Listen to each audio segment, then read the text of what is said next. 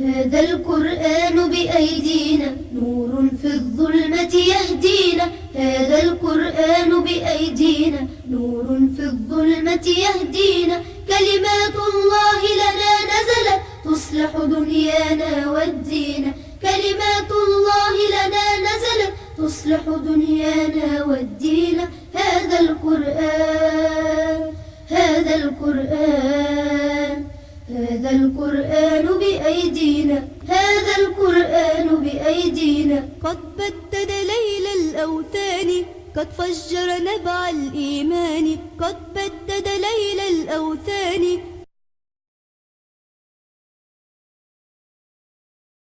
بسم الله الرحمن الرحيم. الحمد لله رب العالمين والعاقبة للمتقين ولا عدوان إلا على الظالمين. ثم نصلي ونسلم على رسول الله الأمين نبينا محمد وعلى آله وصحبه أجمعين ومن سار على نهجهم إلى يوم الدين. أما بعد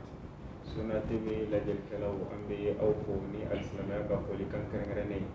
نوري. السلام عليكم ورحمة الله وبركاته. كاجراو لك فو أن ينصر قرآن أنا كنن من دي كانوي القرآن نور كنن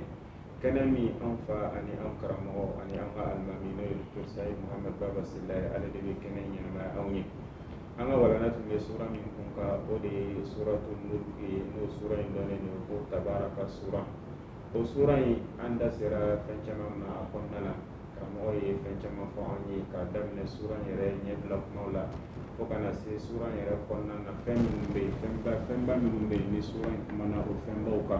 أي دفع أني ولا alisa sura fɛn dɔw bɛ yen ni maa kan ka waaju olu la olu ka bilasiralikan ka di maaw ma n'o ye sura in kumana fɛnba minnu kan. Halisa an bɛ kuma galama di an ka karamɔgɔ ma a ka dɛmɛ ni a ye sura in kumana fɛnba minnu kan a k'o dɔw lase aw ma. Assalamu alaikum warahmatullahi wabarakatuh. Wa alaikum assalam warahmatullahi wabarakatuh. An bɛ Allah subhanahu wa ta'ala tanu ka waliɲuman ka barikada. Nema ni kisi ko ɲini masa in fɛ a ko caya ŋuntigi Muhamadu kan sallallahu alaihi wasallam a n'a ka so dunke senimaw a n'a ka sahaba ɲumanw ani tabi'inaw maa minnu y'u sen da ninnu sen da yɔrɔ la fo ka taa se jɔ dɔ ma. Ala ka ne ni aw bɛɛ lajɛlen fara o jamakulu kan. Ayiwa n'o tɛmɛna Ustaz Muhamad ye kuma ɲɛbila kɛ cogoya min na an ka walanda in na n'o ye kuranɛ nɔrɔ an sera babu min ma suratu tabaraka samantiya ani fɛn minnu b'a kɔnɔ an ye dɔ fɔ olu la. Hakili la sigi tɛmɛnen in na Ala ye lahala minnu fɔ alikiyama kibariyaw kan olu fɔra an ɲɛna. Maa kunnango olu bɛ taa laban cogoya min na u bɛ kuma minnu fɔ nimisa kumaw la o fɔra an ɲɛna. N'i y'a lajɛ sa ayiwa sura in tɔ la ka bakurubaw fɔ waaju ni taasi minnu b'a la k'an dusukun nɔrɔ ni o ye. O dɔ ye jumɛn ye? Allah subhanahu wa ta'ala a kɛlen ko ka maa kunnango ninnu k'olu ka lahala gɛlɛnw fɔ k'o mankutu k'o walawala maa kunnandiw minnu tugura Ala kɔ a ye olu fana ta fɔ n'an ma walawalali kɛ o la. Olu fana ka lahala fɔ k'a yira k'a fɔ olu minnu n'olu siranna Ala ɲɛ. Innal ladhina yakhshawna rabbahum bil ghaibi minnu bɛ siran u ma ɲɛ gundo la ko dogolen kan bil ghaibi sabu Ala ɲɛ siranya ko ninnu ka nin lajɛ k'a to yen ka nin kɛ ka da nin na limaniya ko de don. Alikiyama ko minnu n'a fɔra anw foyi ma se yen an ma jɔ a kɛnɛ kan nka a fɔra an ɲɛna de k'a fɔ k'a bɛ yen ko dogolen de don an bɛ da la k'a fɔ k'a bɛ yen. O tuma olu maa masina ninnu a kan bɛ olu de ma ko junubu yafa bɛ olu ye sara bɛ olu ye min ye saraba ye. Junubu yafa in o fɔra ka da kun jumɛn kan? O ye an ka adamadenya dɛsɛ fanfɛla an ka adamadenya nagasi. Maa minnu filɛ nin ye ka ko fɔ u dalen bɛ Ala la u bɛ limaniya sira kan u bɛ bato sira kan nka o bɛɛ lajɛlen na adamadenya nagasi u bɛ filiw kɛ u bɛ khataw kɛ nka u ka limaniya in kama u ka baara ɲuman in kama Allah subhanahu wa ta'ala b'u ka junubu yafa amma ko b'o la waati bɛɛ lajɛlen de ala ka ne ni aw bɛɛ lajɛlen ka junubu yafa a kumaba ni a misɛma a bange ni a n'a dogolen a ko saraba fana bɛ u ye dɔnnibagaw ko yɔrɔ o yɔrɔ n'a fɔra kuranɛ kɔnɔ ko saraba sara ɲuman k'a bɛɛ lajɛlen kɔrɔ ye fɛn jumɛn ye ko arijana de don ajirun azimun ajirun kabirun ajirun karimun k'a bɛɛ lajɛlen laɲini ye arijana de ye o fana de ye sara ye koyi ni ye arijana sɔrɔ ka ban wallahi fɛn bɛɛ lajɛlen ɲana nka n'i y'a jɛ ala k'an kisi ka bɔ a ma a bɛ komi perdre la fɛn bɛɛ lajɛlen na ala k'a nɔgɔya an bɛɛ lajɛlen ɲɛ o la i b'a ye aya ninnu u bɛ kuma kabako ala ka kabako minnu bɛ yen nɔ n'an ɲɛ bɛ olu la an ko sura in daminɛ a ye lolow fɔ a ka ca o ala ka ayaw a yɛrɛ kelen bɛ fan bɛɛ lajɛlen fɛ kabako na ko yɛrɛ kelen bɛ fan bɛɛ nka waati dɔ la n'an ɲɛ delila fɛn min na an yɛrɛ tɛ miiri o tɛ nin yɔrɔ in na a ye an hakili yɛlɛma ka taa fɛn dɔ ma an b'a ye ka caya koyi nka an bɛ tɛmɛ ala ten nɔ nka jaa fana ye ala ka kabako de Allah subhanahu wa ta'ala ako awalam yaraw ila at-tayri fawqahum safatin wa yaqbid ma yumsikunna illa ar-rahman esigilen bɛ ka nin lajɛ n'i bɔra kɛnɛ ma i kunkolo kɔrɔta i ɲɛ bɛ kɔnɔ ninnu na u bɛ pan sanfɛ surtout waati kɛrɛnkɛrɛnnen dɔw la surtout ayiwa samiya ɲɛsinnen filɛ a ma cogoya min ni samiya kɔnɔna ninnu la i bɛ sina ka bɔ kɔnɔkulu de u bɛ aran na u bɛ pan ka taa u tugulen bɛ ɲɔgɔn kɔ n'i sigira ka miiri nin fana ye kabako de ye koyi ninnu bɛ taa min u bɔra min u bɛ ka taa taacogo minnu na ayiwa k'u bila aran na nin cogo in na jɔn ye nin fu ɲɛna mun y'a to o tɛ bin ka bɔ sanfɛ min ne y'i yɛrɛ to étage filanan sabanan k'a fɔ i bɛ pan ka taa yen fɛ hali mɛtiri 5 i bɛ yɛrɛ sɔrɔ duguma nka ninnu bɛ pan sanfɛ nin bɛɛ lajɛlen i ɲininka kɛlɛkɛlɛ bɛɛ lajɛlen na a bɛɛ la ala ka kabako de fɔ o tuma na ala ye k'a fɔ an ɲɛ yɛlɛma k'an k'o de lajɛ awalam yaraw ila at-tayri fawqahum saffat ko olu ma lajɛli kɛ ka taa kɔnɔ ma o sanfɛ kɔnɔ minnu u b'u kama in u dadalen bɛ ɲɔgɔn kan u b'u kama in fɔni surtout kɔnɔ suguyaw kɔnɔba ninnu dɔw i b'a ye a b'a kama fɔni hali a t'a lamaga a bɛ ka taa firiri ten wa yaqbidna waati dɔ la o b'a kurukuru fana o tuma na a ko fɛn jumɛn bɛ ka u minɛ sani dugu cɛ n'u tɛ bin a ko ma yumsikunna illa ar-rahman foyi t'u minɛ ala de b'u minɛ Allah subhanahu wa ta'ala de y'u dan nin dancogo in na o bɛ pan san ani dugu cɛ illa ar-rahman ala de bɛ k'u minɛ n'o tɛ adamaden kun bɛ nata fɛn minnu na ka sugu a la kabini gale-gale maaw yɛrɛ a sira dɔw taama a ma ɲɛ u bolo k'u ka pan komi kɔnɔ ka pan komi kɔnɔ sabu kɔnɔ min filɛ nin ye ayiwa i bɛ taa sɔrɔ dɔw yɛrɛ bɛ e yɛrɛ de b'u lamɔ ayiwa a fan bɛɛ da kɔfɛ a bɛ tɔrɔn nin kɔnɔ fitinin dɔ min na n'i mago jɔra i bɛ se k'a minɛ k'a kan tigɛ nka ale bɛ pan nka e min ye adamaden ye a ka ko bɛɛ lajɛlen ma e tɛ se ka pan ala de y'o da nin cogoya in na ala de ye san fana kolo k'a kɛ lahala la u n'u ka kama ye o bɛ se ka sabati n'o tɛ hali n'u ka kama ye ni ala ka kolo kun tɛ u tun tɛ se ka sabati sanni dugu cɛ sisan waati ninnu na ala subhanahu wa ta'ala ye dɔnniya minnu di adamadenw ma ka se ka fɛnw fara fara ɲɔgɔn kan nɛgɛw ayiwa min bɛ pan san ani dugu cɛ komi avion ninnu o n'a ɲɔgɔnna ninnu o ko ninnu o daminɛ olu sabatira min kɛ ayiwa fo adamadenw ma aw b'a fɔ k'a fɔ ko kabini san ba yirikaw adamaden kun bɛ ka nata fɛn min na dɔ sera ka kɛ nka halisa nin ye fɛnw de a mago bɛ labɛnbaw de la nka kɔnɔ ninnu olu bɛ wuli n'u ta de ye komi an bɛ taama cogoya min na quoi ma yumsikunna illa ar-rahman ko ala de b'u minɛ o tuma o lahala n'i y'a lajɛ kabako caman bɛ a la kɔnɔ ninnu fana u tɛ taama u kun fɛ koyi u bɛ taama ni taama sira dɔw de ye i b'a ye k'a fɔ documentaire n'o ye mɔgɔ minnu bɛ jateminɛ kɛ nin ko ninnu kan u bɛ kabako ko fu la kosɛbɛ e ɲɛ b'o kɔnɔ ninnu na ayiwa n tɔnlen ninnu ani n kunnajɛ n'a ɲɔgɔnna ninnu u bɛ sina ka bala ka tunu n t'u ye waati dɔw la u bɛ na ka na yɔrɔ bɛɛ lajɛlen fa o bɛ min nunun dɔw bɛ bɔ fo jamana yirika jamana jan ni ye n tɔlen nin fɛn ninnu lajɛ u k'o caman bɛ bɔ fo Asie centrale de fo Irisi jamana fanfɛla ninnu na u bɛ bɔ yen de ka na fo anw fɛ yan nɔ o bɛ sira dɔn cogoya jumɛn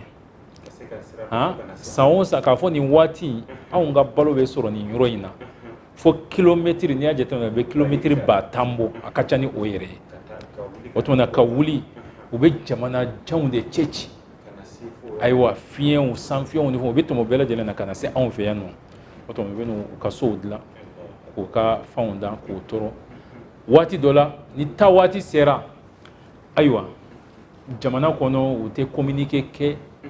anw fɛ k'a fɔ kɔnɔw ayiwa sisan a ye taa i b'a ye u ka taa waati mana se ka ban o bɛ bali ka tunu o bɛ taa nin ye kabako de ye koyi nin bɛɛ lajɛlen Alahu subahanahu ka danni ye adamaden waati dɔ la a bɛ kafa a bɛ yada n'o tɛ adamaden lafulen de don o tuma o sira in na fana o bɛ taa cogoya min na bɛɛ lajɛlen ye kabako de ye koyi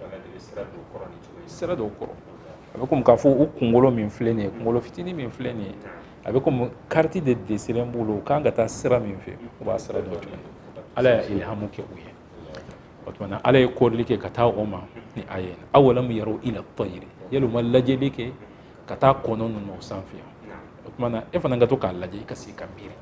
i bɛ miiri Alahu subhanahu wa ta'ala ka masaya la an ko n'i bɔra sigilen bɛ tɛlifu i tilala i ka sanfɛla lajɛ kɔnɔ na a bɛɛ lajɛlen de don nka a ye minnu ka lahala fɔ olu fana tɛ kabako ye tɔnɔ minnu bɛ bɔ jamanaw la ka taa jamanaw la an ka jamana ninnu na hakili la minnu dɔnnen don kosɛbɛ o ye n tɔgɔlen ninnu ani nkunanjɛ ninnu ani banikɔnɔ ninnu wala i b'a ye sɔɔni o bɛ yɔrɔ bɛɛ lajɛlen fa banikɔnɔ wala waati dɔw fana a bɛɛ lajɛlen bɛ tunu a tɛ k'a fɔ k'u sara koyi u taara de koyi u taara fan wɛrɛw de fɛ o waati tɛmɛna maa t'u kalan la maa t'a fɔ u ɲɛna ayiwa n'u bɛ na fana anw adamadenw ka na cogo n'an ka fɛn bɛ cogoya min na sisan diɲɛ jamana o y'a ci cogoya min na n'i bɛ taa f'i ka visa de dilan fɛn ninnu na ayiwa olu tɛ visa ɲininkali kɛ o tɛ passeport ɲininkali kɛ n'u na waati sera u b'u ɲɛsin yɔrɔ min na o bɛ taa ka taa jigin ayiwa k'u ka ɲɛnamayaw kɛ ni taa waati sera fana o bɛ taa donc nin bɛɛ lajɛlen ye kabako de ye nin bɛɛ lajɛlen ala ye nin bɛɛ lajɛlen yira an na an ka da masa in ka masaya la o la n'an ma jigin an k'an yɛrɛ kolo Alahu subhanahu wa ta'ala o la Ustaz Muhamad ni halisa n'i ye sura in tɔ lajɛ ka taa sura in an ko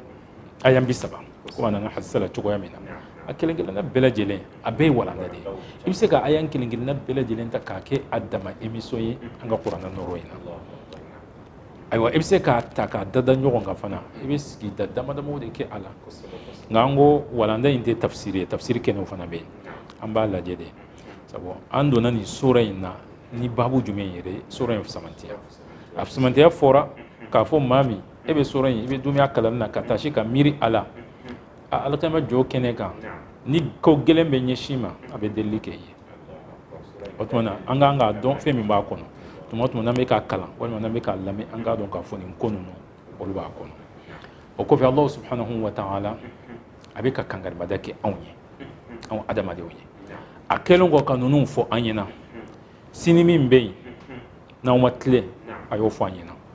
n'aw tilenna fana o fana fɔra an ɲɛna kabako minnu bɛ yen nɔ ne a ye a yira aw la ale de nin bɛɛ lajɛlen kɛ o bɛɛ lajɛlen na hali ta aw ma sira ta n'a ma sira ta ala bɛ se ka fɛn wɛrɛw kɛ ala koyi ala bɛ se ka fɛn wɛrɛw kɛ ala amman hadha alladhi huwa jundun lakum yansurukum min duni rahman inil kafirun illa fi ghurur ni ala ko a bɛ fɛn kɛ aw la k'a to diɲɛ yɛrɛ kɔnɔ ko jɔnni bɛ kɛlɛbolo dɔ wuli k'aw lapasa ka jɔ aw n'o cɛ o fɛn tɛ yen nɔ diɲɛ kɔnɔ yɛrɛ ka jangata dɔ ɲɛsin aw ma o jangata in kɔni o ka ca ala bolo o ma ya'lamu junuda rabbika illa huwa foyi tɛ ala ka kɛlɛcɛw hakɛ dɔn fo ala kelen pe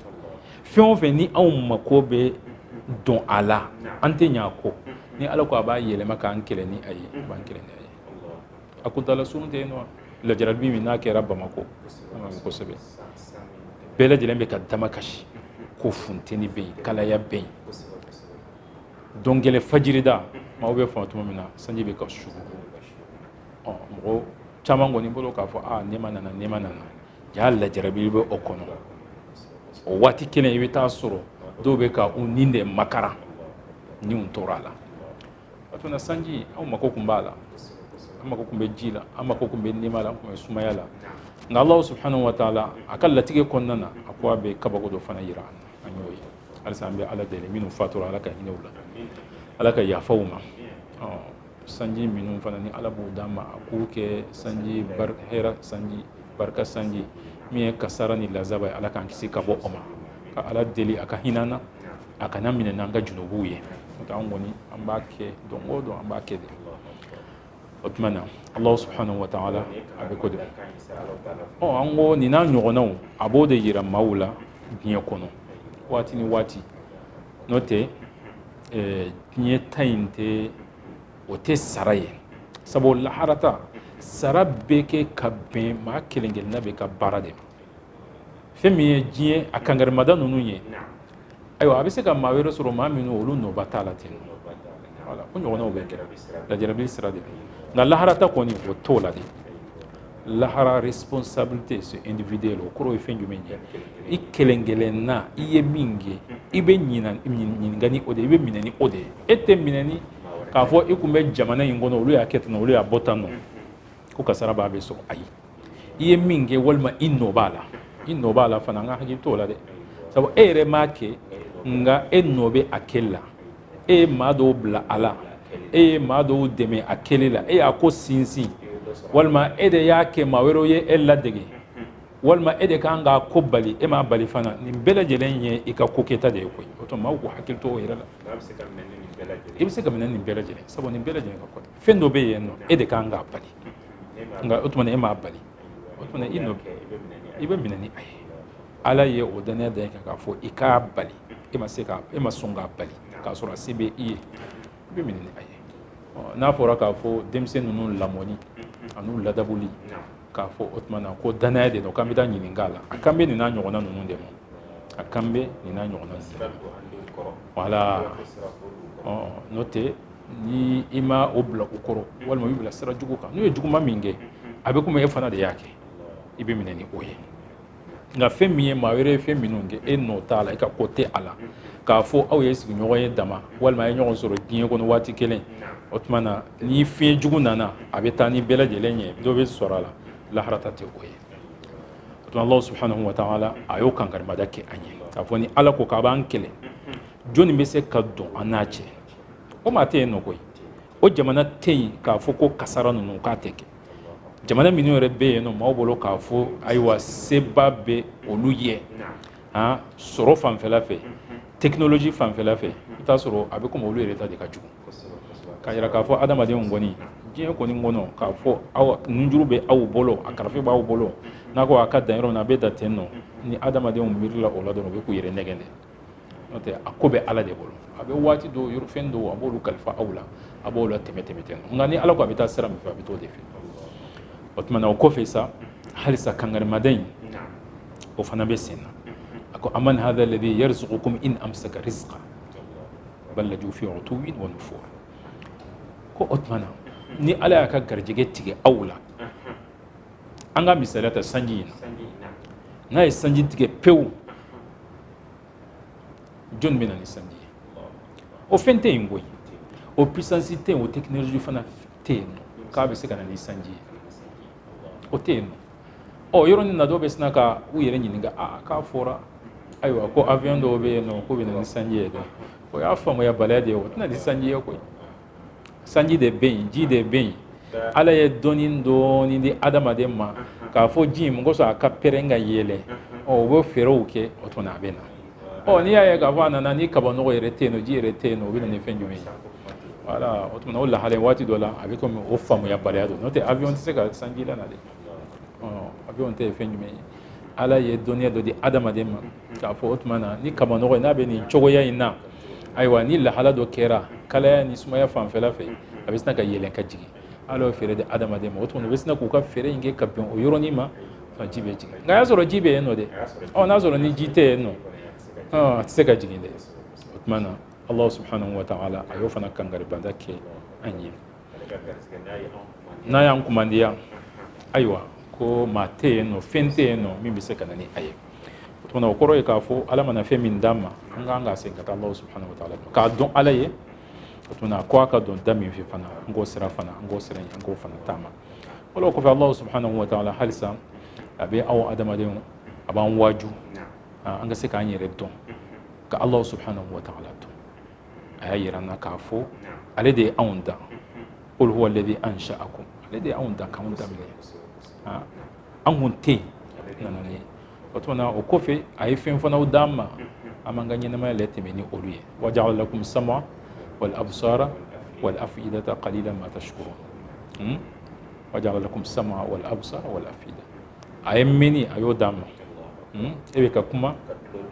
ne tulo b'a la ne bɛ kuma e tulo b'a la ayiwa fɛn min ye an balimaw minnu bɛ ka lajɛli kɛ tulo bɛ kuma fana na Allahu subhanahu wa ta'ala ale de ye nin di an ma a tɛ sara fana ɲinan fɛ fana de ye kabako ye a tɛ sara fana ɲinan fɛ n'o tɛ hali mankan min bɛ ka bɔ ayiwa n'a bɛ ka bɔ télévision na ou bien n'i bɛ ka mɛn radio la ayiwa i bɛ taa sɔrɔ musaka dɔ de kɛra la a bɛ se ka kɛ e yɛrɛ fana bɛ se ka dɔ sara a la hali n'a sɔrɔ n'e m'a sara i bɛ taa sɔrɔ dɔ bɛ k'a sara fan dɔ fɛ Allahu subhanahu wa ta'ala a ye tulo min d'an ma a tɛ fɛn ɲinan fɛ facture tɛna di ma a ko an k'an yɛrɛ kolo ale ye k'ale tanu o de la k'an yɛrɛ kolo a ye k'ale tanu wal absara yeli in fana o cogoya in don a ye ɲɛ di an ma ka ɲɛkisɛ ninnu yɛrɛ d'an ma a m'a kɛ k'a fɔ an ɲɛ da a bɛɛ lajɛlen nɔrɔlen don kisɛ yɛrɛ tɛ yen nka o kɔfɛ fana a ye kisɛ d'an ma a bɛ yeli fana kɛ n'o tɛ ɲɛkisɛ bɛ se ka di i ma fana a tɛ foyi ye komi dɔw bɛ lajarabi ni o ye cogoya min na e mana a ye i ɲɛ cɔrɔlen bɛ a ɲɛ na ayiwa i b'a sɔrɔ a ɲɛ tɛ foyi la f'a bɛ k'i ɲɛ kɔrɔ k'a fɔ k'a bɛ k'a yɛrɛ tugu de a tɛ k'a yɛrɛ tugu de min kan ka yeli kɛ Allahu subhanahu wa ta'ala ala m'o de d'a ma walima ala y'o minɛ wal af'idata ani dusukun a bɛ miiri a ka kow la olu ye gundo fɛn min ye gundo bara o bɛɛ lajɛlen i kelen kelenna ta de ye i ni maa tɛ jɛ a la i dusukun kɔnɔna tɔ maa ni maa tɛ jɛ o la dɛ i kelen pe de ta de dɔn i ni fa tɛ jɛ a la ni ba tɛ jɛ a la hali furu ɲɔgɔnw tɛ jɛ a la bɛɛ lajɛlen n'a kɔnɔna ta de dɔn min bɛ nin ta la e t'o dɔn a bɛ fana t'o dɔn o tuma na Allahu subhanahu wa ta'ala a y'o d'a ma i kelen pe de ta de dɔn maa bɛ se ka minnu fɔra kɛnɛ ma a bɛ se ka ayiwa i tulo ka fɛn dɔ kɛ k'a gɛrɛn ayiwa walima i ɲɛ yɛrɛ fana ka fɛn dɔ kɛ k'a datugu k'a siri nka dusukun in kɔni o tuma na Allahu subhanahu wa ta'ala y'o kɔnɔna fɛnw Allahu subhanahu wa ta'ala y'o kɛ e yɛrɛ de tɛ ala de b'a dɔn fɛn min b'a kɔnɔ ala de b'a dɔn fɛn min b'a kɔnɔ ani aya in Ustaz Muhamadu a y'o laban ni min ye an ka hakili to o la a ko qalilan ma tashkurun ko a ka dɔgɔ n'aw bɛ barikadali kɛ jaa nin bɛɛ lajɛlen dira an ma an ka ala barikada de an ka ala barikada de nka k'an ka barikada de ka dɔgɔ o tuma na balimakɛ balimamuso an k'an jija barikadali an k'o kɛ an ka taabolo ye komi an bɛ fiɲɛ sama cogoya min na n'o tɛ anw kɔni waati bɛɛ lajɛlen an bɛ ala ka nɛɛma dɔ de la o tuma na o nɛɛma in barikadali ala fana y'a sira fana nɔgɔya o alakira sallallahu alaihi wasallam ko inna allaha la yarda an al-abdi ya'kulu al-aklata fa yahmaduhu alayhi wa yashrabu ash-sharbata yahmadu alayhi ko ala bɛ diɲɛ jɔn ma i bɛ dumuni dun i bɛ ala tanu i bɛ ji min i bɛ ala tanu o tuma na nɛɛma tɔ ninnu fana b'o cogoya in de la k'a fɔ alhamdulillah o k'an ka caya an ka kow la o k'an ka caya nin kan an dusukun fana ka minɛni kɛ ni o ye surtout lajarabili waati an bɛ sisan waati min na jamana in na lajarabi b'a la kosɛbɛ koyi nka o bɛɛ lajɛlen na halisa an bɛ nɛɛma dɔ la koyi a tun bɛ se ka juguya ka tɛmɛ nin kan sikasi t'o la o tuma nɛɛma ninnu an kan ka miiri olu de la k'olu de tanu fɔlɔ o kɔfɛ ni damakasi min b'an fɛ an k'olu kɛ e ni maa ayiwa an nana ɲɔgɔn kunbɛn ala bɛ cogoya jumɛn sani i ka damakasi daminɛ k'a fɔ ko man ɲi sɔrɔ tɛ yen nɔ sugu tɛ yen marise tɛ yen i b'a fɔ alhamdulilayi i kan ka daminɛ ni o de ye koyi n'o tɛ n'i miirila i bɛ se ka o jɔ yɔrɔ in na i bɛ se ka nɛɛma kɛmɛ ye e yɛrɛ kun kan sani hakili ka taa k'a fɔ marise ni emploi ni fɛn ninnu na o tuma na an k'an ka ala tanu ala barikada o de kan ka kɛ an ka taabolo ye o man wanca koyi nka olu de ye ala ka jɔn ɲumanw ye wa qalilu min ibadiya shakur ala ko aka jona minnu b'a barikada a ɲɛma olu ka dɔgɔ ala k'an fara o jamakulu kan wala i b'a ye aya ninnu bɛ kuma ni lahala ninnu kan ani fɛn min ye maa banbanti ninnu ayiwa u ye jɔyɔrɔ minnu ta k'a ɲɛsin alakira ma sallallahu alaihi wasallam n'o dɔ ye wa yaquluna mata hadha alwa'du in kuntum sadiqin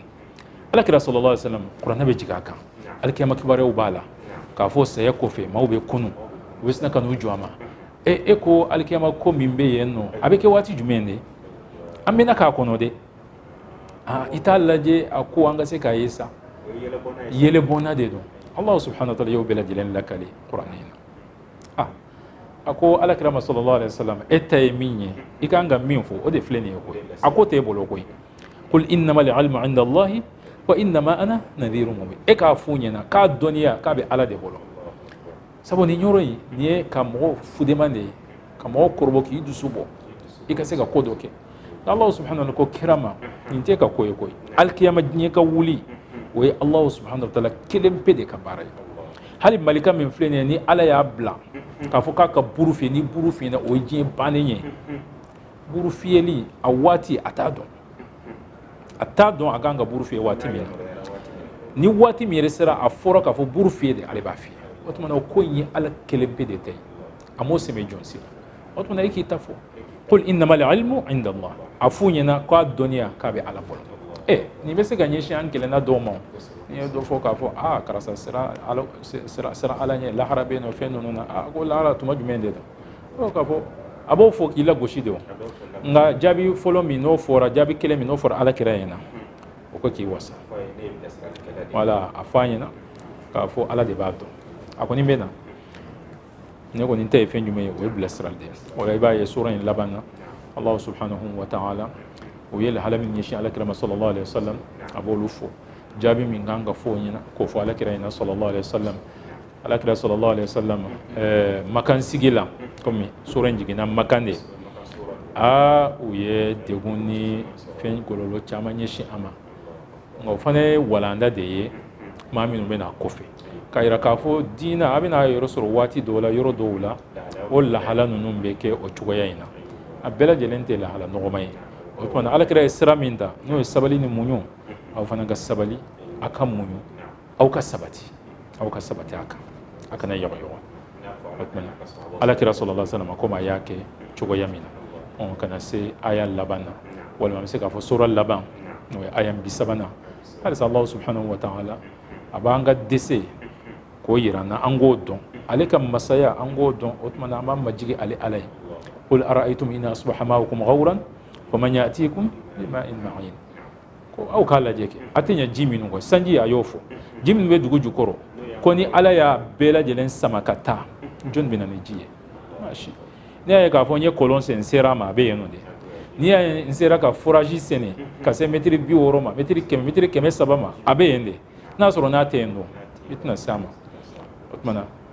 Allah subhanahu wa ta'ala ale de ye nin bɛɛ lajɛlen d'a ma an k'an ka barikada an k'an ka tan o tuma na n'i mana kɔlɔn sen a sera ji la kɔlɔn senna a ka kɛgun ayiwa ni foraji fana sen masintigi fɔrɔlen de don o bɛɛ lajɛlen bɛ se ka fɔ nka min kan ka kɔn an ye o ye ka ala tanu de ko alhamdulillah o ala tanu in an bɛ barikada in an bɛ ala deli o matarafabaw ala k'an fara o jamakulu de kan donc an bɛ Allah subhanahu wa ta'ala masa in deli ayiwa nin sura min filɛ nin ye samantiya min fɔra ala k'an don jɔn ma min ye samantiya min sɔrɔ a ka kɛ delikɛlaw ye an ye o kosɔn k'an ka kow nɔgɔya alikiyama jɔ kɛnɛ kan ala k'an bɛn sigida wɛrɛ la wa sallallahu ala nabina Muhammad wa ala alihi wa sahbihi wa sallam tasliman kathira an bɛ lajɛli kɛ jɛkulu bɛɛ lajɛlen fo k'a ɲini masa taala fɛ ala ka an dusukun nɔgɔya ni alikuranɛ hada wa sallallahu ala nabina Muhammad wassalamu alaikum wa rahmatullahi wa barakatuh. هذا القرآن بأيدينا هذا القرآن بأيدينا نور في الظلمة يهدينا كلمات الله لنا نزلت تصلح دنيانا والدين هذا القرآن